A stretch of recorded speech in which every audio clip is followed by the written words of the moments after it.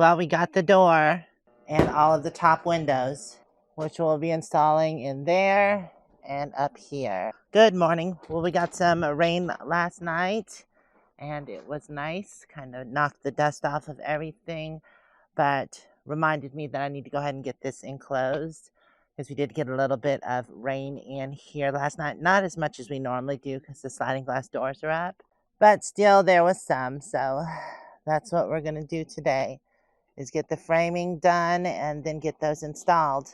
Here's one of the windows that I ordered. And just goes like that. Shoots in, already has a built-in screen. That's awesome. I love it. I love it. I ordered 4 of these, 2 for each opening. So we need to add in the header board there so it will add strength and carry the weight of the windows. So there'll be 2 2x4s here, and then that'll lift it up enough to where we can put a 2x4 at the top, and that'll pretty much close it off. Besides the molding, then we have to do the cross beams. So they're measuring it first. There. 71, you want me to do it like this instead? Oh yeah, that's right. 71 3/4. Yeah, That's what it should be. Okay, Chris has the measurement, which is that line. right here. Yeah. All right. Because we need one top, one bottom, right? Yeah. Okay. Put an X or something on that. I gotta throw that piece over the way. We can use it for something. Don't throw wood away. Right. Well, we got some other short ones. Okay.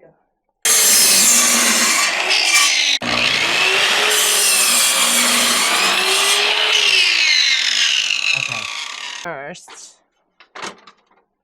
is that straight? Huh? Lined up with the 2x4.